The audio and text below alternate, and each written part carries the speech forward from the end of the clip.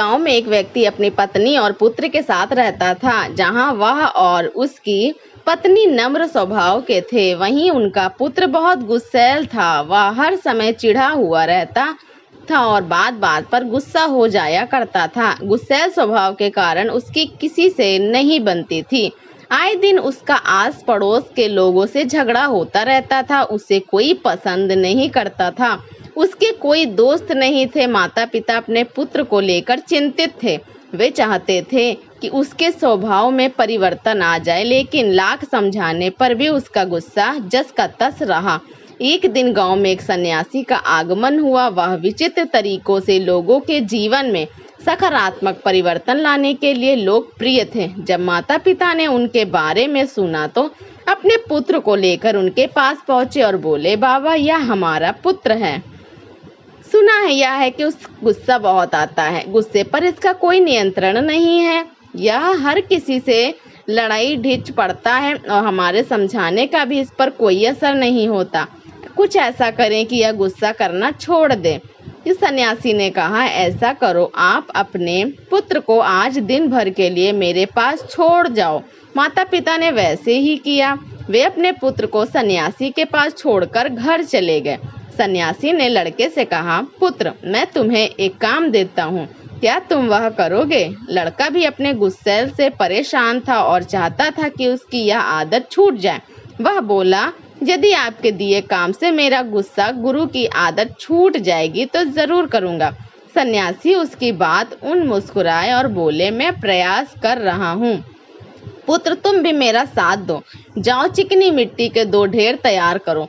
लड़के ने वैसा ही किया। तब सन्यासी ने कहा, अब इस मिट्टी से 2 दिल तैयार करो। लड़कों को यह कुछ अजीब लगा, लेकिन वह सन्यासी की बात मानकर मिट्टी से 2 दिल तैयार करने लगा।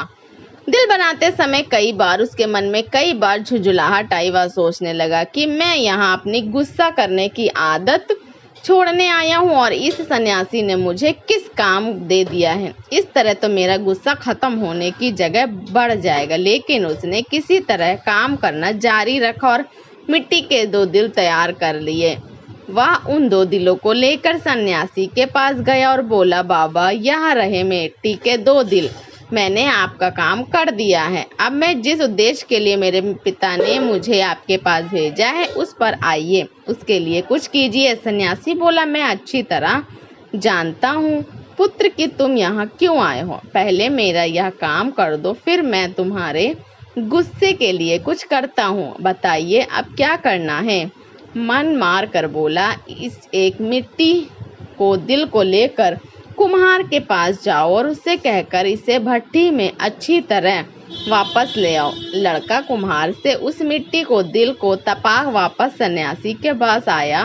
तब सन्यासी ने उसके कहा, अब इस दिल में जो चाहे रंग भर दो। लड़के ने उस दिल को लाल रंग से रंग दिया और रंग चढ़ाने के बाद वह दिल बहुत सुंदर नजर आने लगा।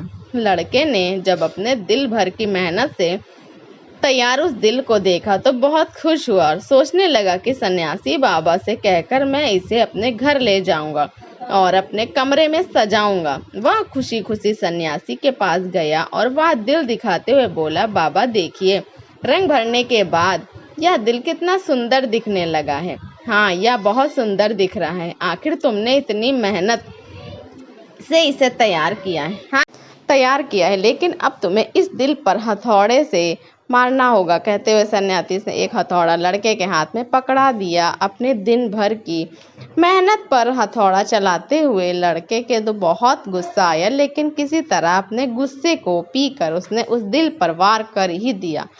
हाथ की चोट से वह दिल टूटकर बिखर गया। लड़के को बहुत दुख हुआ। वह बोला, बाबा, मेरे दिन भर की मेहनत बर्बाद हो गई। लेकिन सन्यासी ने उसकी बात पर ध्यान नहीं दिया और मिट्टी का बना दूसरा दिल उसे देते हुए कहा, अब इस दिल पर भी हथौड़े से वार करो।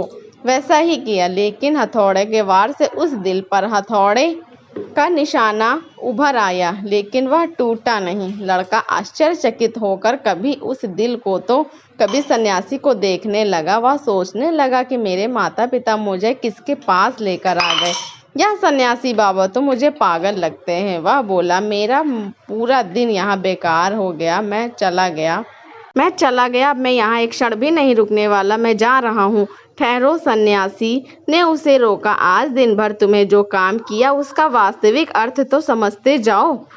लड़का ठिठक गया। सन्यासी उसे समझाते हुए कहने लगे, पुत्र, जिस मिट्टी के दिल पर तुम काम कर रहे थे वह वास्तविक दिल का एक श्रमदम रूप था। जैसे तुम मिट्टी के दिल को आग की गर्मी में तपाया, वैसे ही अपने दिल को भी क्रोध की भट्टी में तपा हो। तुम्हें ऐसा लगता है कि इस तरह तुम इस दुनिया के सामने मजबूती से खड़े हो, लेकिन ऐसा नहीं है। जीवन रूपी हाथ का एक बार भी तुम्हारा कठोर हो चुका दिल झेल नहीं पाएगा और चकनाचूर हो जाएगा। ऐसे में तुम संभल नहीं पाओगे। जीवन के दुख दर्द को सहन करने के लिए तुम्हें अपना दिल नरम बनाना होगा। तब जब भी उस पर कोई दुख आएगा, उस पर कुछ समय के लिए असर जरूर होगा, लेकिन वह टूटेगा नहीं, बल्कि कुछ ही दिनों में संभल जाएगा। क्रोध जितना नुकसान दूसरों का करता है, उससे कहीं अधिक तुम्हारा स्वयं का करता है। इसलिए क्रोध करना छोड़ ही दो। अपने दिल में प्रेम और क्षमा को स्थान दो, उसे विनम्र बनाओ। लड़के की आंखें खुल चुकी थी। उसे सन्यासी को वचन दिया कि वह अब से अपने क्रोध पर काबू रखेगा और अपना व्यवहार सुधारे।